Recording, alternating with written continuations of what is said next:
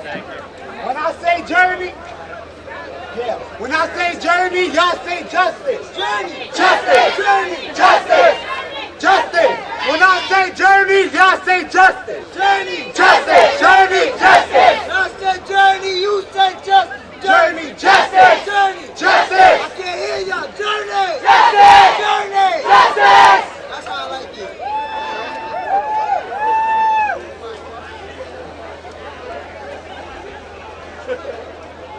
We're fed up, can't take no more. We fed up, can't take no more. We fed up, can't take no more. We fed up, can't take no more. We fed up, can't take no more. We fed up, we fed up, we fed up, we fed up. What?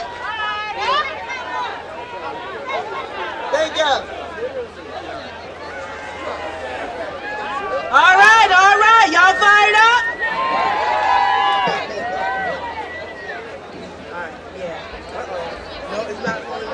Somebody can twist that. No, here, twist it. So good afternoon, everybody. Good afternoon, everyone. And welcome to the Alliance to Reclaim Our Schools.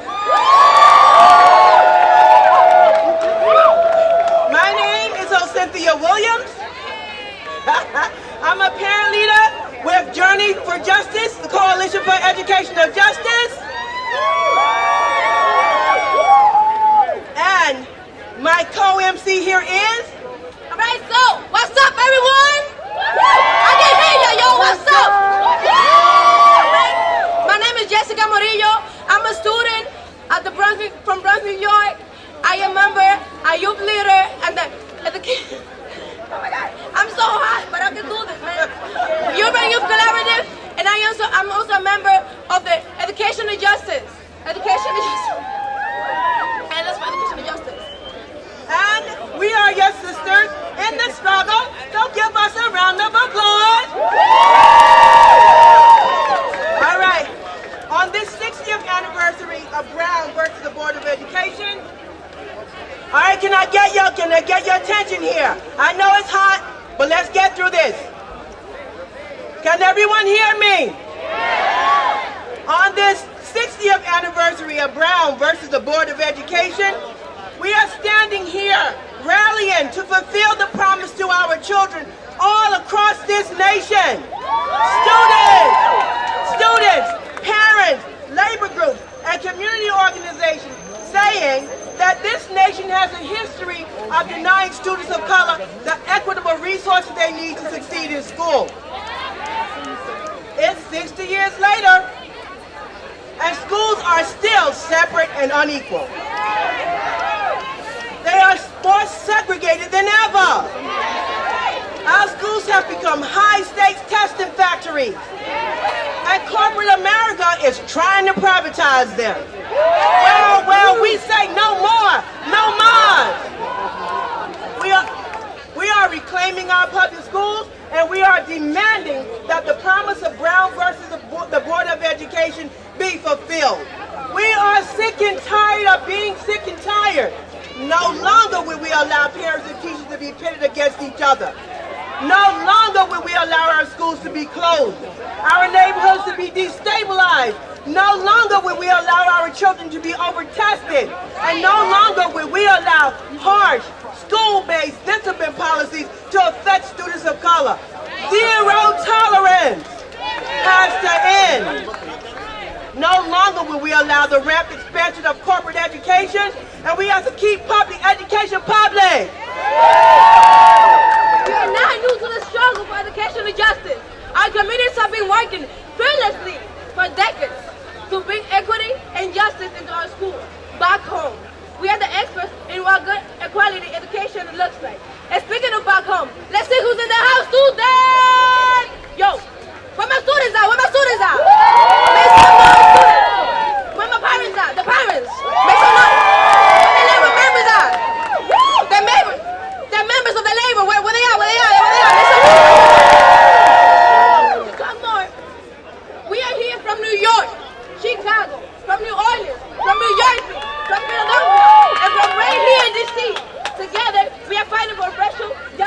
schools, man.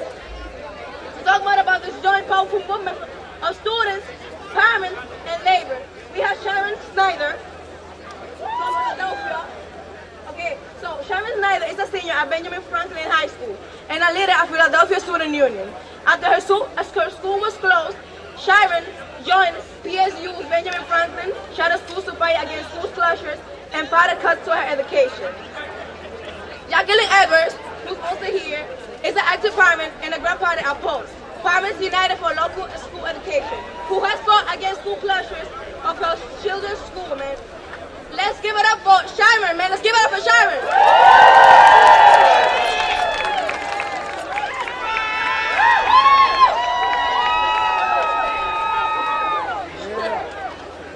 Hello, everybody. My name is Sharon Snyder, and I'm a senior at Ben Franklin High School and a student leader with the Philadelphia Student Union.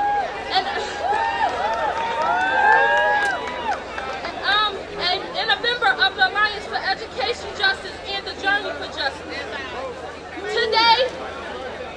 Today, we came all the way from Philadelphia to D.C.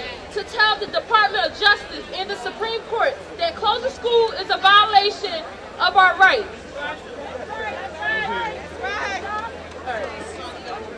This year, my school received 2 schools because those schools was closed last year, along with 23 others in Philadelphia. My high school is overcrowded this year. We don't have the resources that we need to succeed and go to college. We don't even have our school nurse at our school every day. She's there twice a week. That's not right. It is hard for my counselor to get to everyone because there are too many students in my school. We don't even have paper in our school. We have to bring our own, nor do we have textbooks in our school. We demand full funding and support for neighborhood-based community schools. Don't close or privatize them. We demand more teaching and less testing. We know that standardized testing does not tell us how smart we are. Instead, those scores are used to justify closing our schools. We demand positive discipline policies and the end to zero tolerance. We know that suspicions don't work. We demand quality, affordable education from early childhood through college, including for undocumented students. Everyone, no matter his or her background, should have an opportunity for education. Education is a right, not a privilege. We demand a living wage that lifts people out of poverty. There are too many poor working class people in this country who are struggling to get a job while the rich make decisions about closing our schools and pushing us out. That's not right. The students today deserve so much more because we are the future. Stop killing our education. We refuse to stop fighting until we have all the education we deserve. Thank you.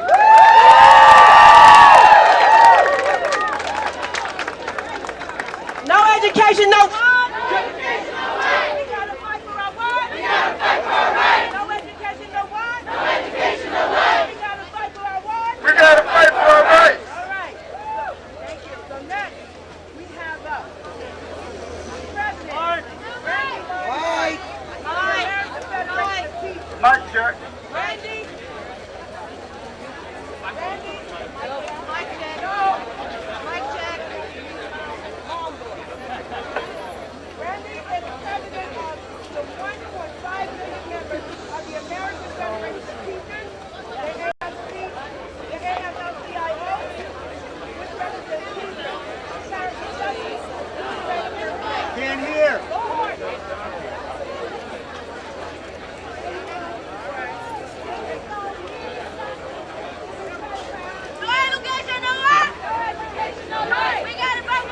We gotta fight for our rights.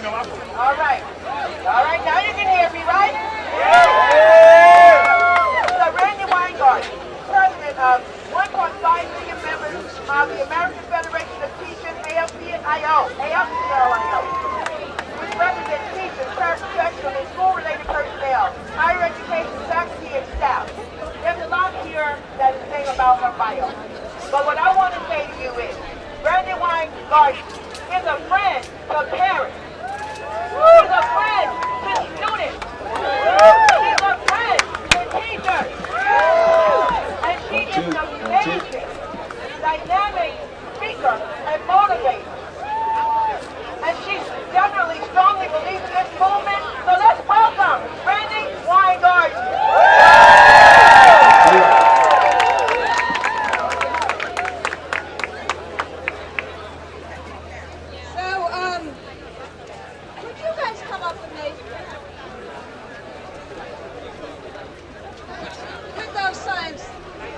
right here with me.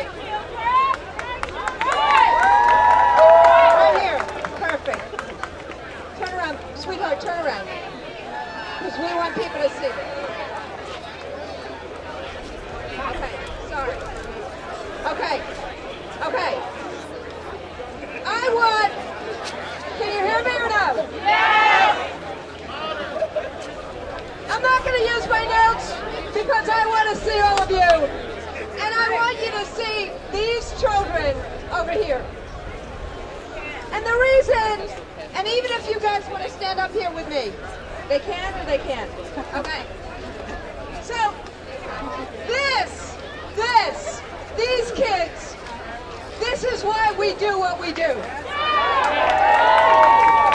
time we think about education as educators, the first image in our mind is the children that you see here. That is what public education is about. Every child in the United States, every day, is our charge. And that was what the Supreme Court was dealing with 60 years ago in Brown versus Board of Education. This was not about how we help some children. This was about how we help all of God's children. And the court said, excuse me, separate ain't equal. And the court said that when separate is not equal, something has to change. And it said that it has to change with all deliberate speed. Now, it hasn't been all deliberate speed, has it? What has happened in these 60 years is that there was a lot of court action, and there are a lot of people all across the country that wanted to help the kids we see here. But the bottom line is, the privatizers, the austerity mongers, the deprofessionalizers, the people who close schools rather than help neighborhoods, the people who test rather than wanting us to teach, the people who have zero tolerance, they did not help us. Despite all of the court actions, despite all of the rhetoric, they have not helped us help all children. So now, my friends, brothers and sisters, 60 years after Brown versus Board of Education, we need to help ourselves. We, parents, civic leaders, faith-based leaders, educators, activists, student leaders, we together need to change the trajectory to make sure public education is the anchor of democracy, is the propeller of economy, and more important than anything else, that every one of these children's dreams, our public education system must be good enough to ensure that they reach every one of those dreams.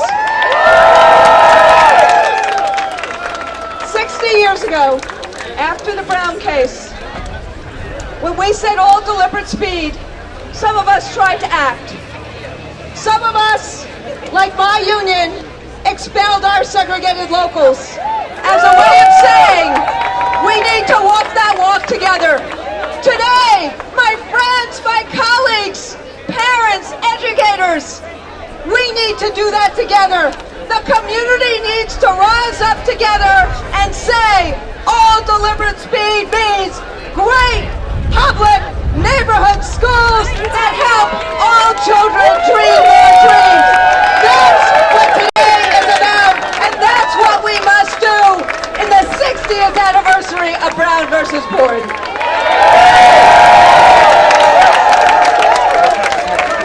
No education, no what? We gotta fight for our what? We gotta fight for our rights. No education, no life. We gotta fight for our what? We gotta fight for our rights.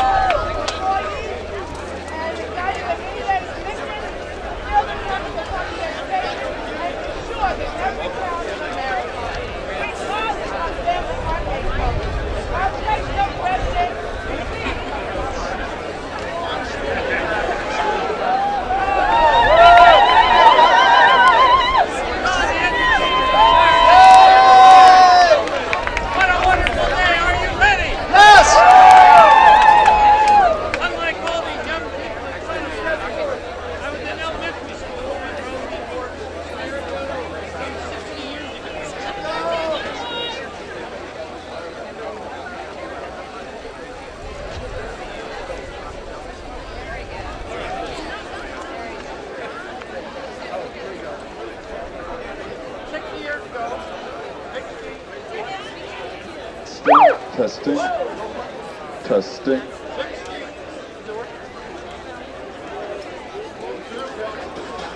Testing.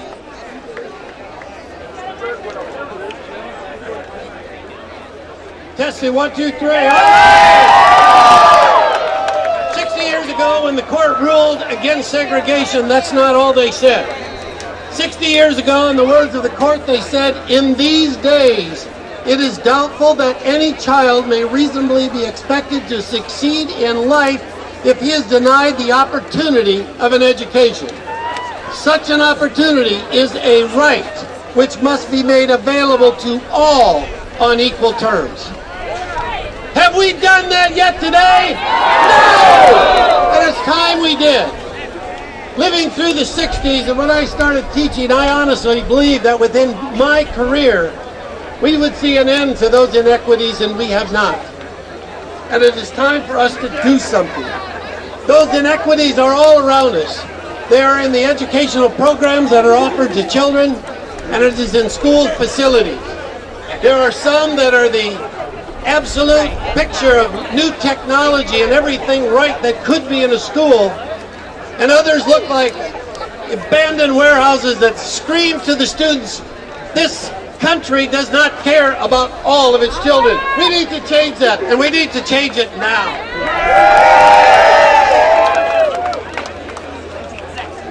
Sadly, in today's world, segregated schools and housing are the norm.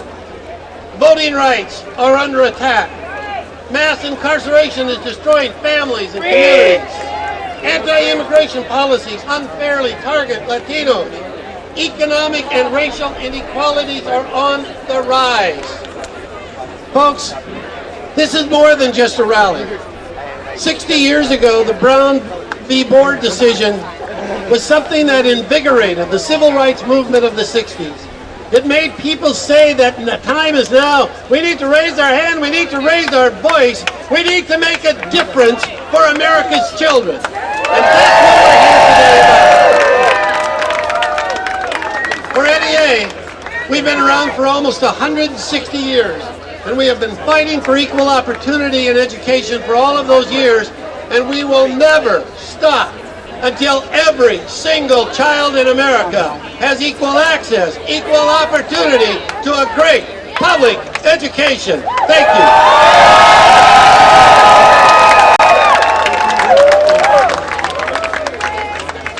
Okay, folks, I know that we are hot, and I know that we're tired, but let me tell you, this is a historic moment.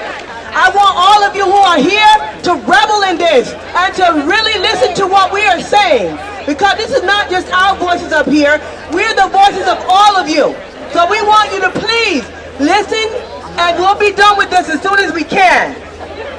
So, next up is an activist, an organizer, a leader. She is the Vice President, Executive Vice President of the Property Services Division of the Service Employees International Union, which unites 2.1 million workers in healthcare, public and property services across North America. Let's give it up for Executive Vice President Valerie A. Long. Yeah, it's hot out here. Is it hot out here? I will tell you why I'm hot. I am hot about what some people will do about public education in this country. I'm hot about that. Are you hot about that? This is hot about that. I am hot. My granddaughter goes to public schools. I am hot that she makes straight A's, and she may not be able to see the promise of all of us and what we all need to give our kids. I'm hot about that. On behalf of our President Mary Kay Henry and our 2.1 million members, I stand in solidarity with all of you, all the parents, like our members, all the public workers who work in our schools, custodians, teaching assistants, food service workers. We are all in solidarity because this is our future.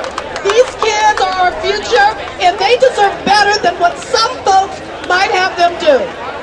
60 years, Brown versus Board of Education, and we are still fighting this fight. But we know it ain't over. We've been fighting. We're going to keep on fighting. Public good schools in our neighborhoods is not something that should be bestowed upon us. It's our right. It is our right. So I'm proud to be with you, and I'm really proud of all the young folks that are here. Because it is all about you. Y'all are fighting for what you believe in. You all are fighting for my granddaughter, for yourselves, and for this country because you're taking it over. God only knows the solidarity that we in the labor movement have with our partners NEA and AFT. We can only take it so far. There's students like you who will fight, who will be out in the streets, kicking butt, that'll make this thing happen. Let's keep up the fight, and thank you very much.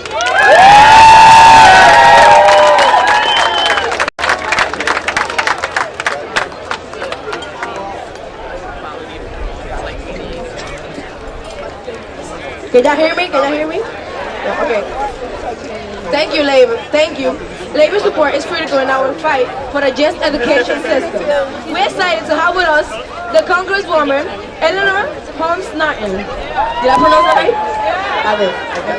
Congresswoman was elected in 1990 and now in her 12th term as a Congresswoman for the District of Columbia.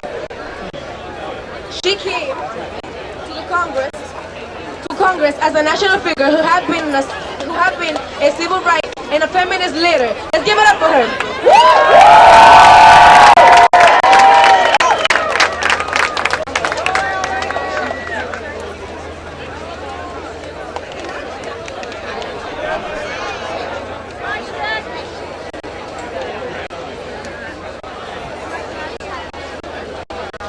Mike. Check two. Mike check.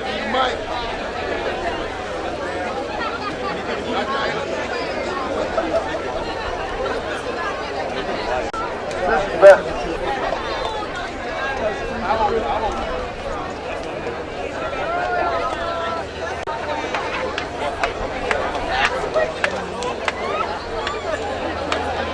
That's what it's supposed to be. Megaphone and all, I've come to thank the Alliance. I really want to thank you for making this commemoration of Brown versus Board of Education. Testing. Mike's ready. All right! Hello!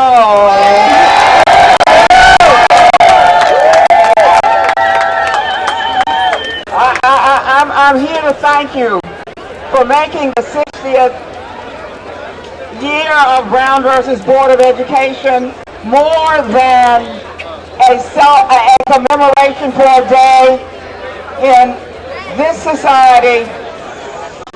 Education deserves at least the week you're going to give it. I particularly want to thank you for making this commemoration more than nostalgia and looking back. You know, I remember where I was when Brown versus Board of Education came out. But that's not what Brown is about in the 60th year after Brown. We're in the third generation after Brown. We need 21st century versions of equality.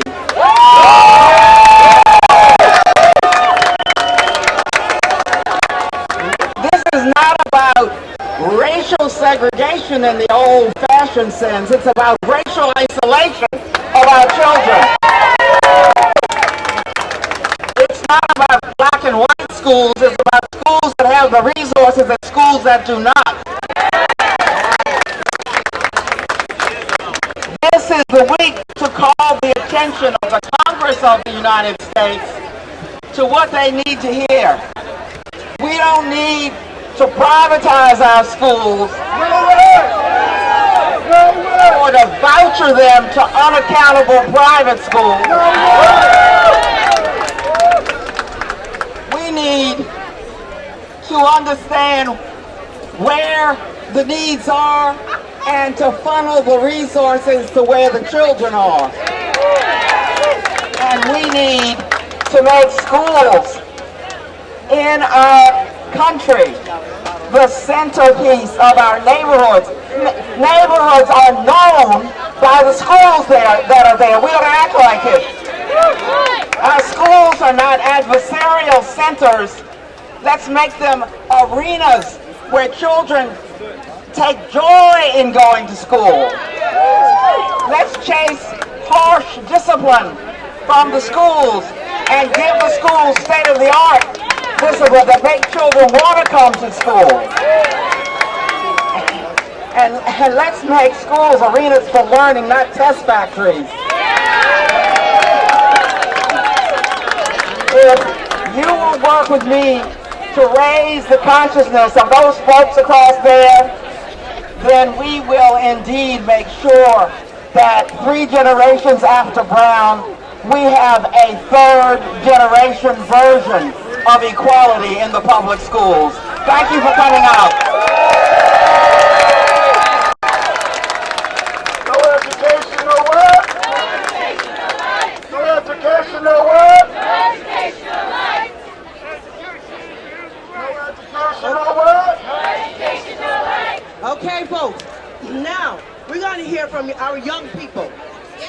They're going to tell us what the impact of separate and unequal education has done to them. So first up, we're going to hear from Akila Griffin.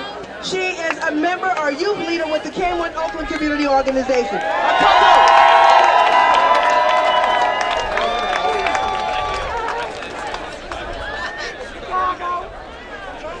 Good afternoon, everybody. My name is Akila Griffin. I'm a senior at Dunbar High School and a former student at Dyer High School. I'm with the K1 Oakland Community Organization from the South Side of Chicago.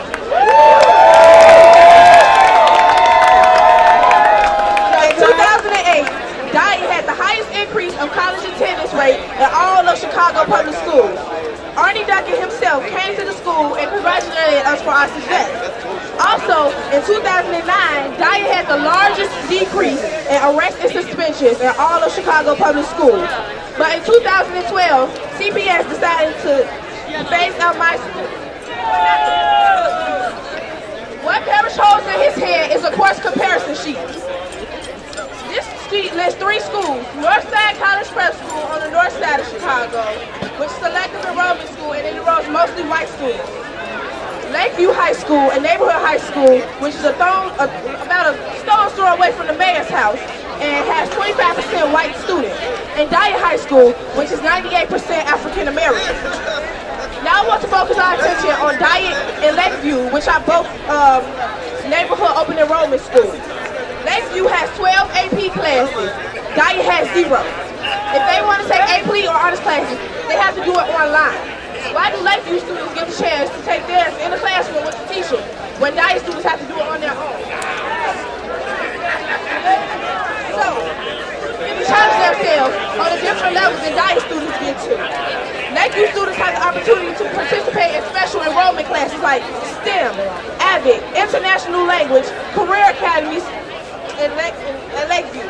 They get Mandarin Chinese 1 through 4, French 1 through 4, German 1 through 4, Spanish 1 through 4, Spanish for native speakers 1 through 4, and AP Spanish, where Dyer students only get Spanish 1 and 2. They get darkroom photography, drawing and painting, sculpting, band and jazz, and Dyer has to take art online, which is required to graduate. Dyer is named after a famous musician, but doesn't have a band or a chorus class. The conditions have gotten worse. Now we have to take gym online. What I'm saying, you cannot justify this. This is a slap in the face to Brown versus Board of Education. This is a slap in the face to Brown versus Board of Education. This is why we're on the journey for justice. This is a civil rights issue. Why is this a 2-tier system of education? Why is it that I can't have darkroom photography? It's not because I'm lazy or stupid. It's because CPS does not believe that I am worth it.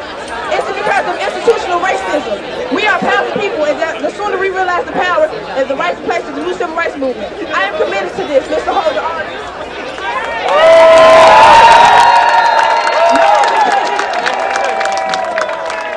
Ain't no power like the power of youth, because the power of youth don't stop. Ain't no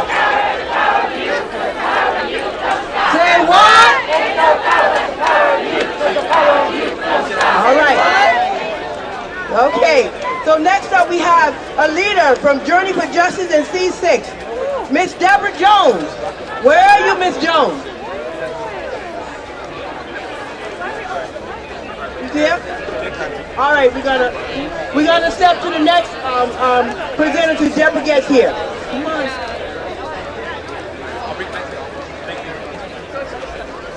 How many this is? My height.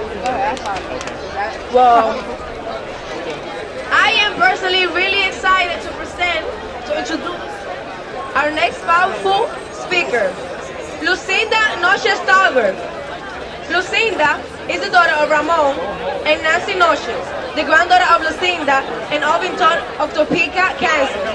Lucinda Todd was the first of the 13 plaintiffs who signed on the Brown versus Board of Education of Topeka, the landmark of the United States Supreme Court case to desegregate schools.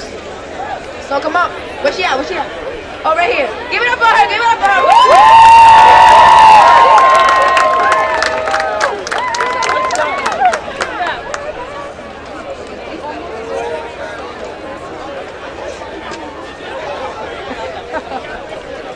That's what she looks like.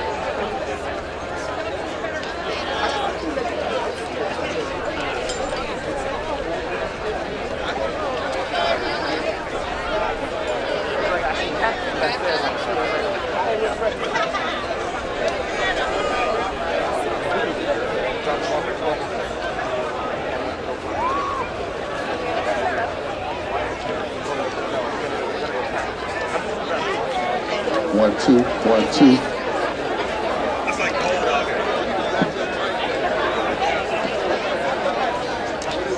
Good afternoon.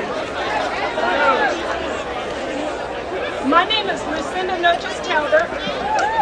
I'm the daughter of Nancy Todd Noches and the granddaughter of Lucinda Todd, who was a plaintiff with the landmark case of Brown versus Board of Education of Topeka. Lucinda Todd was born in 1903 in Litchfield, Kansas, a small coal mining town near Pittsburgh, Kansas. She was one of 13 children born to Charles Wilson and his wife, Estelle Slaughter Wilson. Grandmother started her teaching career in 1928 after graduating from what is now Pittsburgh State University with a degree in education. She married my grandfather, Alvin Todd, in 1935 and they moved to Topeka. Back in those days, married women could not teach, so she was forced to quit her job. So while raising my mother, she became active in the local chapter of the NAACP and was elected secretary in 1948. When my mother entered grade school, grandmother wanted her to have music lessons, but she later learned that music was only taught at the white schools. When she asked the school board why, they told her colored children weren't interested in learning music and couldn't afford the instruments.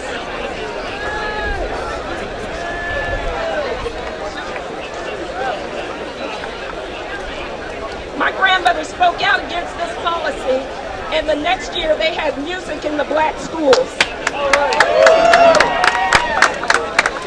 It didn't take long before other teachers became afraid of losing their jobs because they associated with my grandmother. At this time, black teachers endured ruthless work conditions at the hand of a segregationist superintendent. This superintendent even hired a black man to enforce segregation throughout the school system.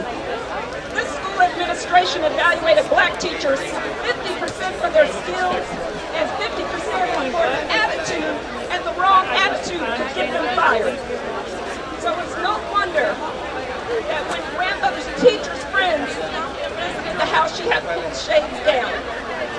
In August of 1950, grandmother wrote a letter to Walter White, Executive Secretary of the National NAACP, requesting legal support.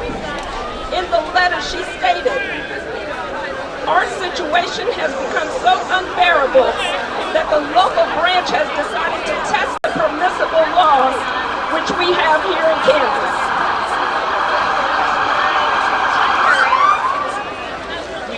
Mr. White referred grandmother's request to the NAACP's legal department.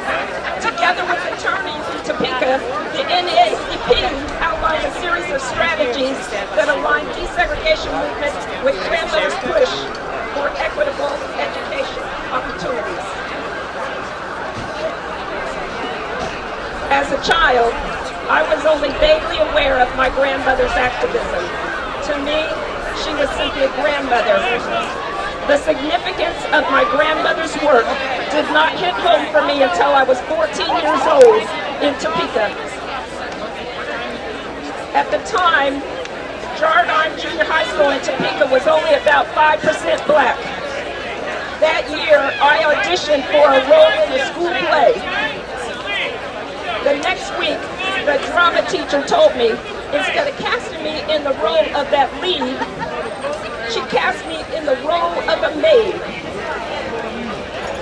I was disappointed about not getting that lead role, but I was outraged that I had been cast as a maid in the school play. That afternoon, I remember telling my grandmother what had happened to me. That evening, a local radio station interviewed grandmother about the 25th anniversary of the Brown case. And in that interview, she told the entire city of Topeka what had happened to me at school. The next morning, the principal and the drama teacher met me outside the school, ushered me into the principal's office, and profusely apologized.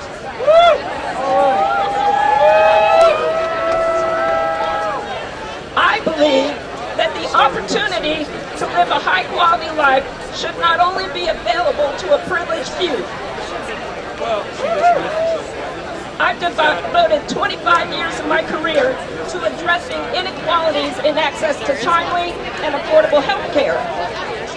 Last year, I took a job at Casey Healthy Kids, a nonprofit in Kansas City, Kansas, that mobilizes communities to push for the policy and environmental changes they need to live a healthier lifestyle.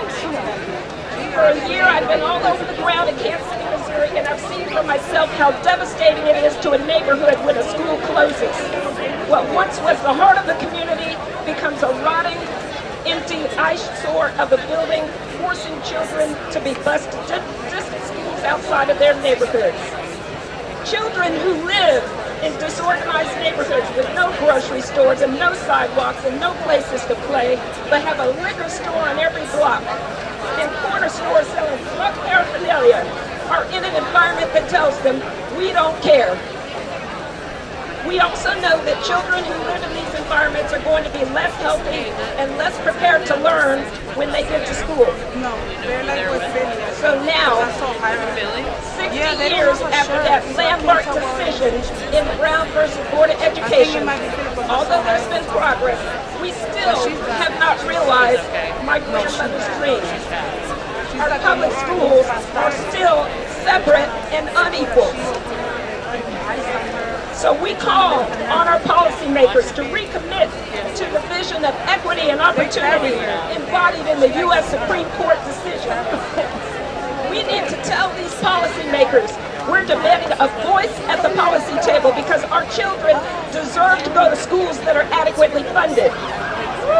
We demand a voice at the policy table because we have something to say about how our children should be disciplined at school.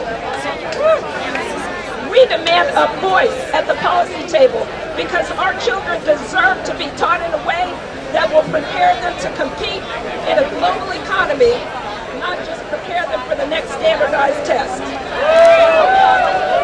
To my grandmother, the Brown case was about equity, about access to opportunity, and about access to the American dream.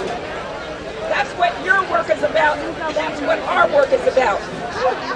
I want to thank Moore Square, the Alliance for Take Back Our Schools, and the American Federation of Teachers for inviting me to speak with you today. Have a good afternoon. God bless you.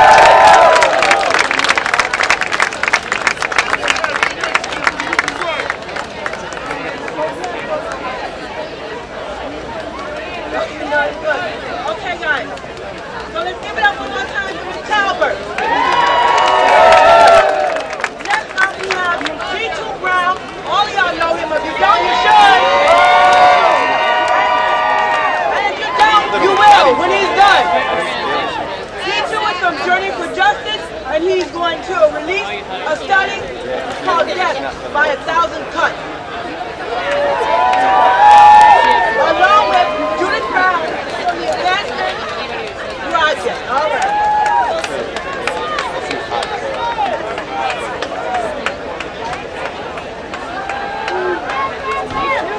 Whose school? Whose school? Whose school? See, I know it's hot, but it's a metaphor for how hot the streets got to get this summer, so we make sure that our schools are equal. What do y'all say to that? I know it's hot, but that speaks to how hard each of you work every day, and you shouldn't have to work against the system to have good schools for your children. So it's hot because of the effort that you put in every day. It's hot because we hurt when we live in neighborhoods where our schools are shut down and our babies have to go against dangerous territory. And people who don't live in our communities make decisions that they don't have to own. That's why it's hot. Can y'all hear me? Yeah! I'm not gonna miss this, man. Can y'all hear me? Yeah! So the Journey for Justice Alliance, I know New York is in the house. Make some noise. I know New Orleans is in the house. Make some noise. And wait a minute, I heard Philly was out here too. Where's Philly at? Okay, all right. Where's New Jersey at? I heard New Jersey. And I know Chicago's in the house. I know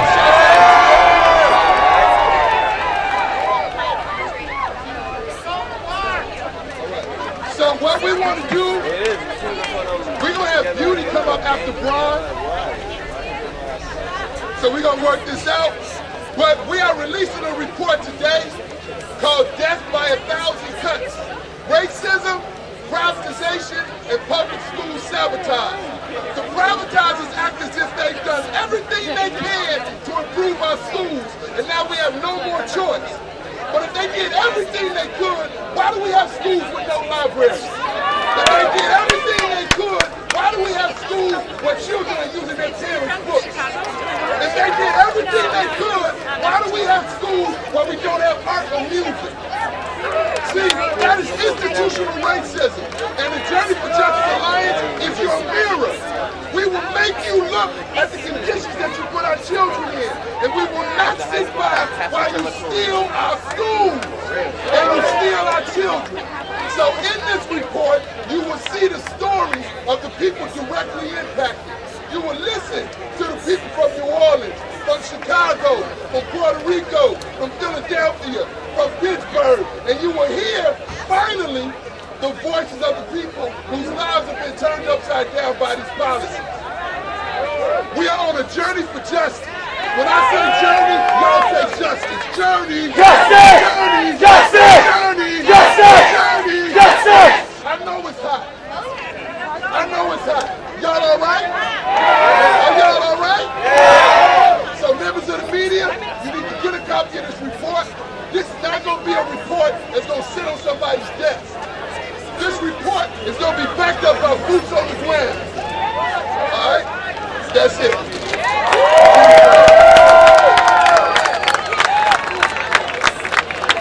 Good afternoon. My name is Judith Brown Diana, and I'm co-director of Advancement Project. Today we stand here 60 years after this court decided Brown versus Board of Education. I stand here as a civil rights lawyer to say that this is not what they meant. What we have today is not what they meant. It is time to make Brown v. Board real.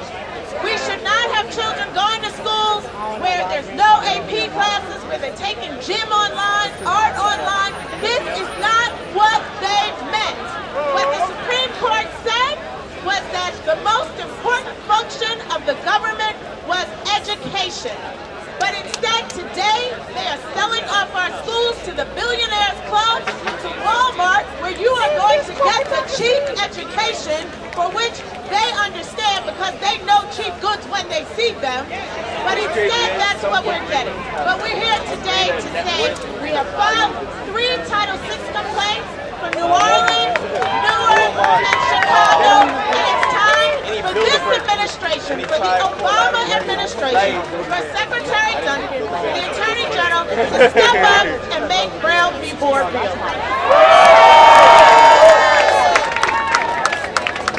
right, we're winding down, people. I know y'all hot, and I am too. So we're going to have Kia Hinton from the Central Park, the popular Democracy, and Ramon Garibaldo from United We Dream up here together to speak. That's what I saw.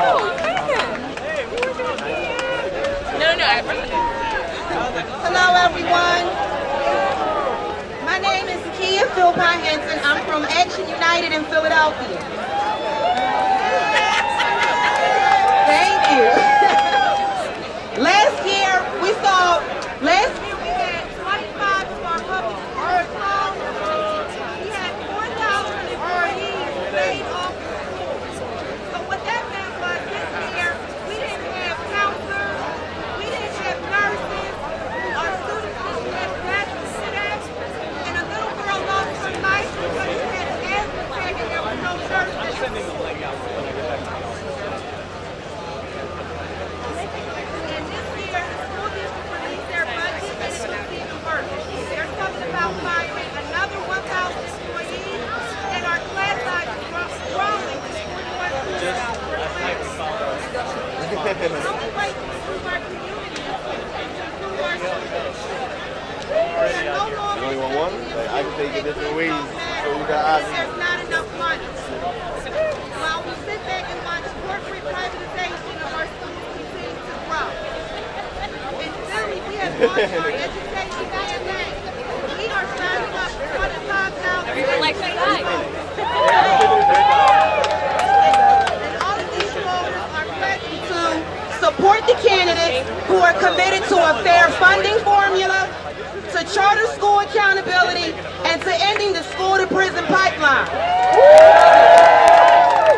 Today's action is just the beginning of reclaiming the promise of education. The week of action is about coming together as a unified front across 25 cities, all fighting for our students, our schools, and our communities. And I just want to end with one last chant, and you repeat after me. You say, I believe, I believe we, I believe that we will win. I believe that we will win. I believe that we will win. I believe that we will win.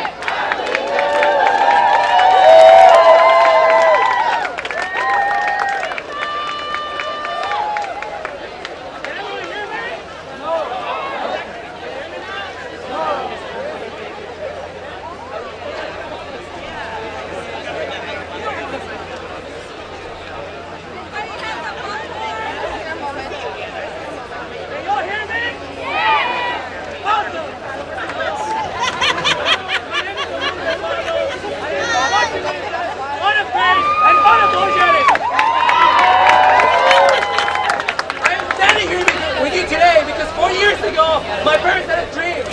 They dreamed of a better future for myself in a new country. I'm standing here because 60 years ago, other people standing in these same steps also had a dream. Their dream in education was a fundamental right that should not be denied to anyone in the United States. I am saddened to say, however, that this promise has not been fulfilled. Right now, there are 2.1 million undocumented students in this country, and only 13,000 in college. Right now, South Carolina, Georgia, states where segregation used to be prevalent, to this day, deny public education to undocumented students. And in those states where they get to access higher education, 30 of them charge out-of-state tuition, 5 to 7 times the rate that a regular student would have to pay. Is that fair? I don't think that's fair, and that's why I'm standing here today. I am an organizer for the immigrant rights movement. And I am here to say that just like those people did 60 years ago, we're going to fight. We're going to fight against unjust laws, we're going to fight against education inequality, and we're going to fight for our dreams and your dreams too. I want you to jump in the chant. When I say up with education, I want you to say down with segregation, okay? Up with education! Down with segregation! Up with education! Down with segregation! Thank you!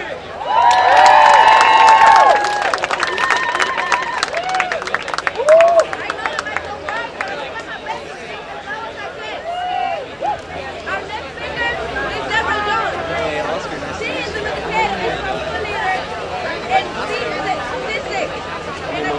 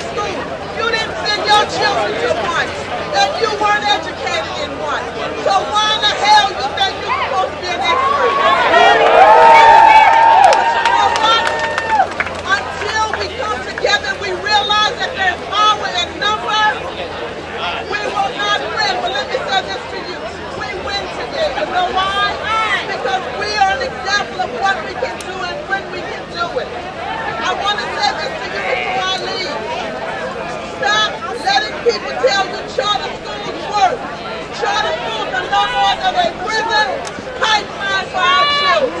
God bless all of them.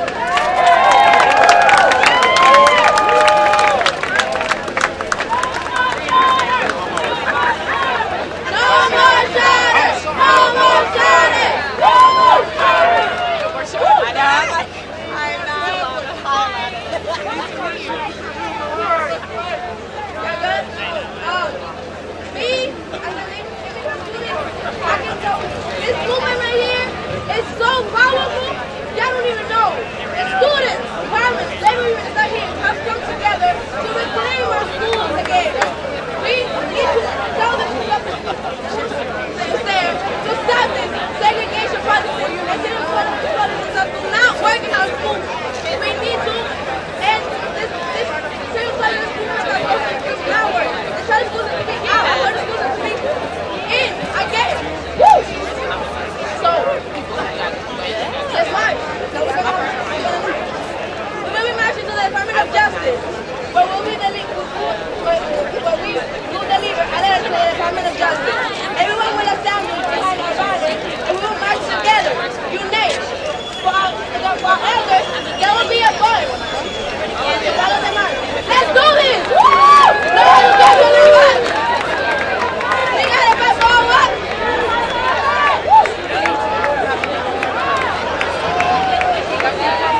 Alright, are we ready to march? Are we ready to march? Alright, so we're gonna get ready to line up. So the rules, you gotta pay close attention. So we're gonna cross the street here. You see marshals, they have organized.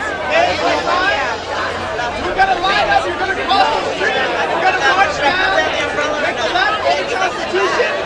We have to be quiet. I know, we have to be quiet. But when we get to the Constitution, it's turned down for what, alright? So we want to start lining up over here. Obey all the marshals, stay on the sidewalk. I'm fine with the